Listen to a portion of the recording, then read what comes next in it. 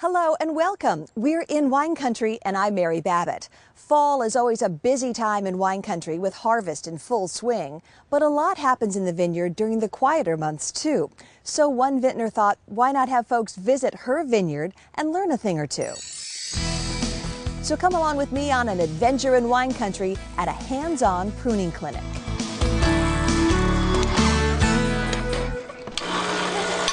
Please come on in. Get a coffee. Yummy, yummy blueberry. Steamed milk for Mary, please. Oh, that'd be me. Thank you. A cappuccino. Linda Neal is getting coffee along with a group gathered for a grapevine pruning clinic at her winery vineyard, Tierra Roja.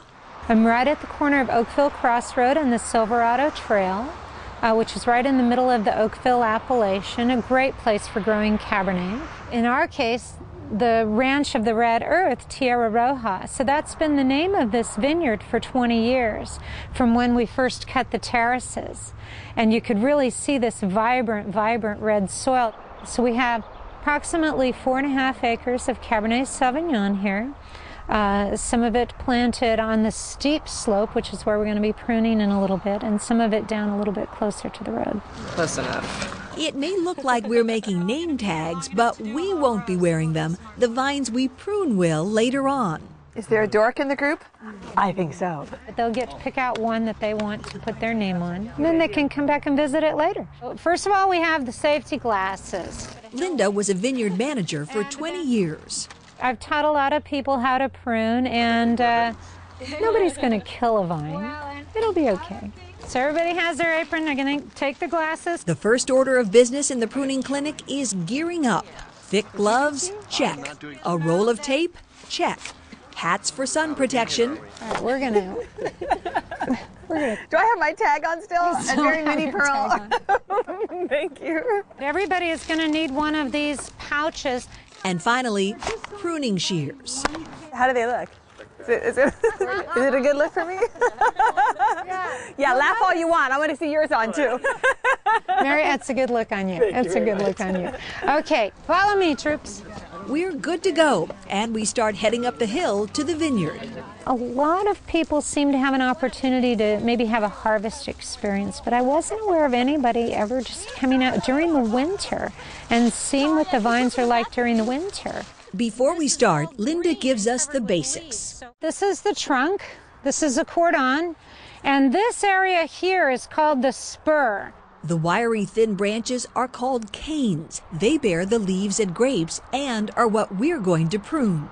If we were to leave all of the canes out there right now, we might have thousands of clusters on an individual vine because of all the little buds setting. But the vine wouldn't be able to handle that, so we cut it back to where maybe we'll have 20 clusters on a vine. We listen intently to Linda's instructions. What's the position of that bud? That bud's pointing that way. That's where the shoot's going to be.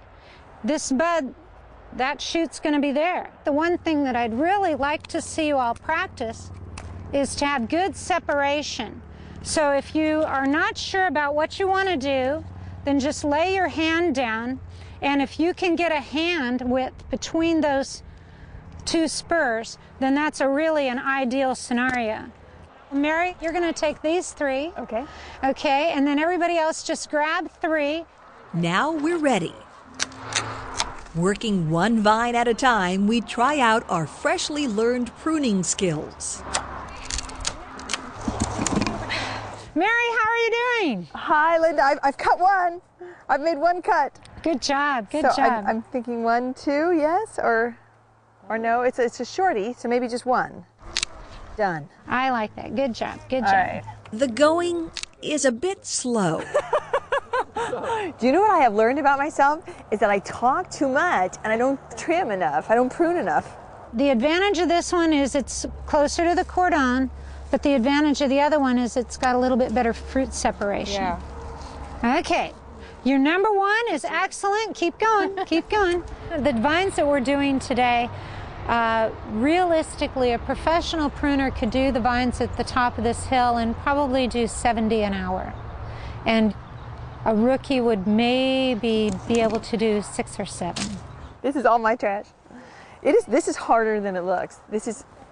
There's a lot of thinking that goes into this pruning business. So what do you think? How did everyone do? They did really great. And to top off our pruning efforts, Very proud of it. we hang a tag on the vine we pruned. Okay. I think if you get the opportunity to see the vines at all stages, you have a greater appreciation for how much work goes into that bottle of wine. My vine.